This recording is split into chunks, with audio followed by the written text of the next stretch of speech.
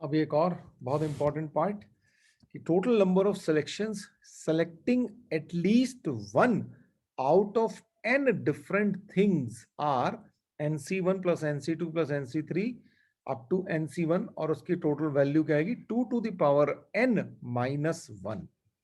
ठीक है। अब एटलीस्ट का मतलब क्या होता है? एटलीस्ट वन का मतलब ये होता है कि मैंने आपको क्लास 10th में भी सिखाया हुआ है कि भाई जब हम प्रोबेबिलिटी करते थे ना, तो अगर आपके घर में 4 अगर रसगुल्ले या 8 रसगुल्ले आए तो आपने कहा मम्मी से कि मैं एटलीस्ट 3 तो खाऊंगा, या अगर ऐसा करें एटलीस्ट 1 तो खाऊंगा, तो मतलब क्या हो गया? आप 1 भी खाओगे, खा लोगे, 2 मिल जाए तो ज्यादा और खा लोगे, 3 मिल जाए तो और खा लोगे, यानी कि जितने ज्यादा मिलेंगे उतने ज्यादा आप खुश होगे। ठीक है। तो ऐसे ही यहां पे भी है कि अगर आपके पास n चीजें रखी हुई हैं, उसमें से एटलीस्ट एक सेलेक्ट करनी है, तो क्या करोगे? आप एक सेलेक्ट कर सकते हो, काम खत्म, या आप 2 सेलेक्ट कर सकते हो, काम खत्म, 3 सेलेक्ट कर सकते हो, काम खत्म। तो एक सेलेक्ट करने का तरीका क्या है? NC1। 2 सेलेक्ट करने का तरीका क्या है? NC2। फिर NC3। ऐसी सारी की सारी भी आप सेलेक्ट कर सकते हो, तो NCN। और इसका जो आंसर आता है वो 2 to the power n minus 1 आता है। ठीक है।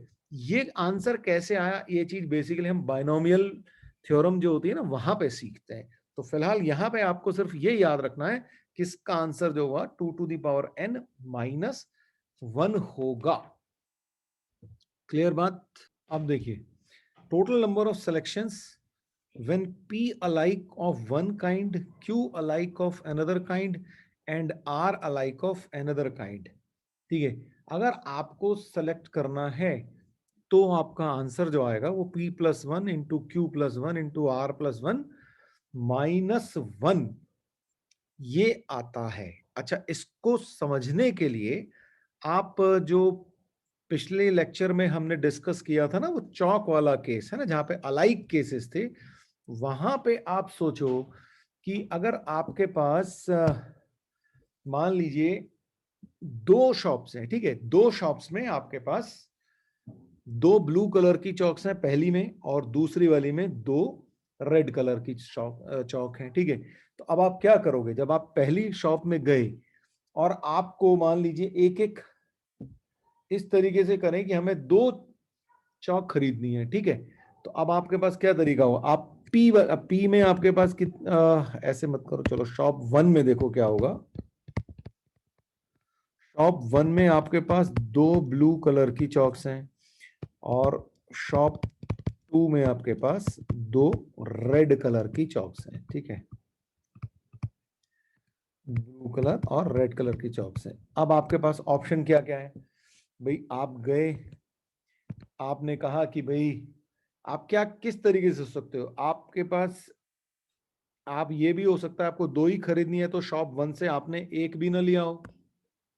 ठीक है, ऐसा भी तो हो सकता है ना। तो उसका भी एक तरीका, ना लेने का तरीका। फिर आपने हो सकता है वहां से एक उठाई हो, या फिर आपने वहां से दोनों ही उठा ली हो, या फिर आपने एक दूसरी दुकान से उठाई हो, यहां से रेड वाली से, है ना, और वहां से भी, या एक भी ना उठाई हो। हर एक को उठाने का तरीका एक ही आ रहा है। देखो, ये 1 ही लिखना चाहिए हमें। तो चाहे आप ना उठाओ, आपके पास क्या तरीका है? चाहे तो आप उठाओ ही नहीं एक भी, तो भी एक ही तरीका है ना। चाहे आप एक उठाओ चाहे 2 उठाओ, एक ही तरीका है। चाहे आप दूसरी शॉप में जाओ, वहां भी कोई ना उठाओ, तो भी एक तरीका है। तो इस वे में अगर आप डील करोगे तो आपके पास टोटल जो आप देखो 2 चीजें थी, तो लेकिन हमारे पास तरीके कितना आ रहे हैं? 3 आ रहे हैं, तो इसलिए p प्लस 1। ऐसे ही यहाँ पे भी 2 थी, लेकिन तरीके हमारे पास 3 आ रहे हैं, तो इसलिए इस तरीके से हो सकता है यहाँ पे 5 भी होती तो 5 प्लस 1 तरीके हो जाते, तो 6 हो जाता। ठीक है। तो p प्लस 1, q प्लस 1 और r प्लस 1। और ये माइनस हम क्यों कर रहे हैं ये बताओ? ये सोचो कि हमने माइनस क्यों की? ये माइनस हम इसलिए करते हैं कि इसके केसेस में जब हमने टोटल किए होंगे, तो ऐसा भी केस था जब हमने कोई भी चीज सेलेक्ट नहीं की होगी, पर हमें तो सेलेक्ट करनी थी, तो इसीलिए। और ना सेलेक्ट करने का भी एक तरीका होता है, मैंने आपको बता दिया था। ठीक है। इसीलिए माइनस 1 आता है। माइनस 1 इसलिए आया, दोबारा से सुन लो, कि आपका सारे वेज तो आपने करेक्ट कर लिए, पर आपने एक वो भी सेलेक्ट कर लिया होगा जब उसमें से आपने कोई भी खरीदे नहीं हुआ किसी एक शॉप से, तो वो -1 हमने कर दिया। ठीक है, तो इसको आप याद रखिएगा क्योंकि ये चीजें बहुत जरूरी हैं। इनका डिफरेंस क्या है? देखो, बहुत सारी चीजें इकट्ठी होती जाती हैं और इनफैक्ट आपके एनसीईआरटी में सब कुछ है। ये मत सोचना कि आपके यहाँ पे ये चीजें मैं कुछ ऐसी पढ़ा रहा हूँ जो आपको पढ़ने को नहीं मिलेंगी। सब कुछ आपके एनसीईआरटी में लिखा हुआ है। बस होता क्या है, वहां पे वो एक लाइन लिख के छोड़ देता है। एज अ टीचर हमारा रोल क्या होता है कि we should explain you everything, तो वही हम कोशिश करते हैं। तो नोट करिएगा इसको। अब ये देखिए क्वेश्चन क्या है। Out of 3 different maths books, 4 different physics books and 5 different chemistry books, how many different selections can be made so that the selection consists of number one, exactly one book of each subject, and number two, at least one book of each subject? सोचो कैसे answer दोगे आप इसका। तो पहले वाला तो बिल्कुल क्लियर है ना। आप मैथ्स की बुक्स को आपको सेलेक्ट करना था, वहां पे 3 बुक्स हैं, आपने एक सेलेक्ट कर दी कोई भी, तो उसको सेलेक्ट करने का तरीका क्या हुआ, 3C1। फिर आपने फिजिक्स की 4 डिफरेंट बुक्स थी, उसमें से एक सेलेक्ट कर ली, 4C1। फिर केमिस्ट्री की 5 बुक्स थी, वहां से सेलेक्ट कर ली, 5C1। तो ये टोटल वेज हो गए कि आपने 1 बुक ऑफ ईच सब्जेक्ट आपने सेलेक्ट कर ली। अच्छा, अब सोचो ये सेकंड पार्ट जो है ये क्या है। At least 1 book of each subject, at least 1 book. अभी मैंने आपको ऊपर लिखाया था ना कि ये जो मेथड था, आपके पास total number of selections at least 1 out of n different things, यानी कि 2n-1 है। ठीक, तो इसका मतलब आपके पास अगर फिजिक्स मैथ्स की 3 बुक्स थी तो आपका तो उसमें से एटलीस्ट 1 सेलेक्ट करने का मेथड क्या होगा, 2 to the power 3, यानी कि 3 बुक्स हैं, n1 3 हो गया, -1 इंटू दूसरे केस में फिजिक्स की 4 बुक्स हैं तो 2 to the power 4 -1, और फिर 2 to the power 5 -1, यानी कि अब आप इसको सेलेक्ट कर लेंगे तो 2 to the power 2 into 2 to the power 3 into 2 to the power 4। इसको जब आप कैलकुलेट कर लेंगे तो ये आपका आंसर आया होगा।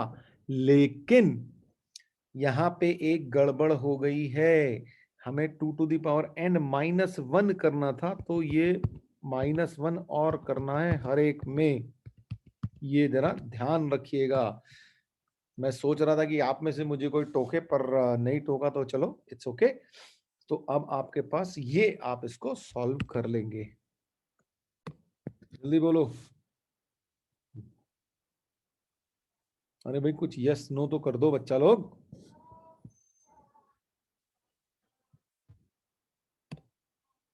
ठीक है मोहित। अग्रिम, तेरे को आ रहा है समझ में?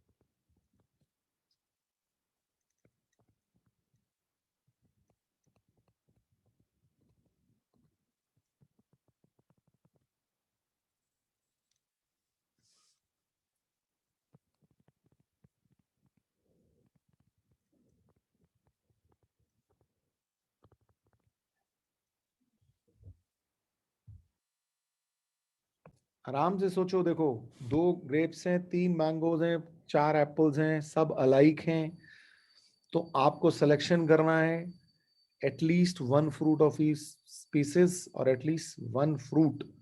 दोनों में अलग अलग हैं दोनों चीजें। सोचिए, बताइए क्या करेंगे। देखो भाई, बहुत सिंपल सी चीज है। आप ग्रेप्स देखे आपने, अब आपको सेलेक्ट करने हैं। आपने या तो एक उठाया होगा या 2 उठाए होंगे, तो दोनों के तरीके कितने हो गए? एक उठाने का भी एक ही तरीका और 2 उठाने का भी एक ही तरीका, ठीक है, क्योंकि अलाइक हैं। तो इसका मतलब जब आपने ग्रेप्स पहला पार्ट को कर रहे हैं, तो ग्रेप्स उठाया होगा आपने तो 2 हो गए होंगे आपके पास, ठीक है। 2 मेथड से आप उठा सकते थे, या तो एक उठाओगे या दोनों उठाओगे, तो इस तरह से 2 मेथड्स हो गए। फिर मैंगोज देखे आपने, ओके, आपने कहा अच्छा या तो मैं एक उठाऊंगा मैंगो, या 2 उठाऊंगा, या तीनों ही उठा लूंगा। फिर अब आपने जब मैंगोज उठाए तो फिर आपके पास फिर से 3 तरीके हो गए आपके पास, या तो एक उठाओ या 2 उठाओ या तीनों उठा लो। ऐसे ही जब आपने एप्पल्स उठाए तो वहां पे 4 ऑप्शंस हो गए। तो ये आपका टोटल आंसर हो गया। तो कितना हो गया? 24 वेज हो गया आपके पास। ओके, अब सेकंड पार्ट पे आते हैं। सेकंड पार्ट कह रहा है एटलीस्ट 1 फ्रूट। तो ये अभी मैंने आपको P+1 Q+1 और R+1 वाला मेथड बताया था, तो वो कर दो, उसका मैथ कर दो, तो क्या हो जाएगा? P यानी कि 2+1, Q यानी कि 3+1 और R यानी कि 4+1 और -1 और कर दो इसमें से एटलीस्ट 1 के लिए। तो हमारा ये तो हमारा सीधा सीधा फॉर्मूला ही अप्लाई हो गया। तो ये हमारे पास कितना आ जाएगा? 3 × 4 × 5 60 और -1 यानी कि 59 आपका आंसर आ गया जी। ठीक है, तो आपको हमेशा ये ध्यान रखना है कि अगर अलाइक ऑब्जेक्ट्स हैं तो आप एक उठाओ, 2 उठाओ, 3 उठाओ, हर एक का एक ही तरीका होता है। ठीक है, ये चीज हमने पिछले लेक्चर में भी डिस्कस की थी और आज फिर से इसी चीज पे आगे बढ़ाया है हमने।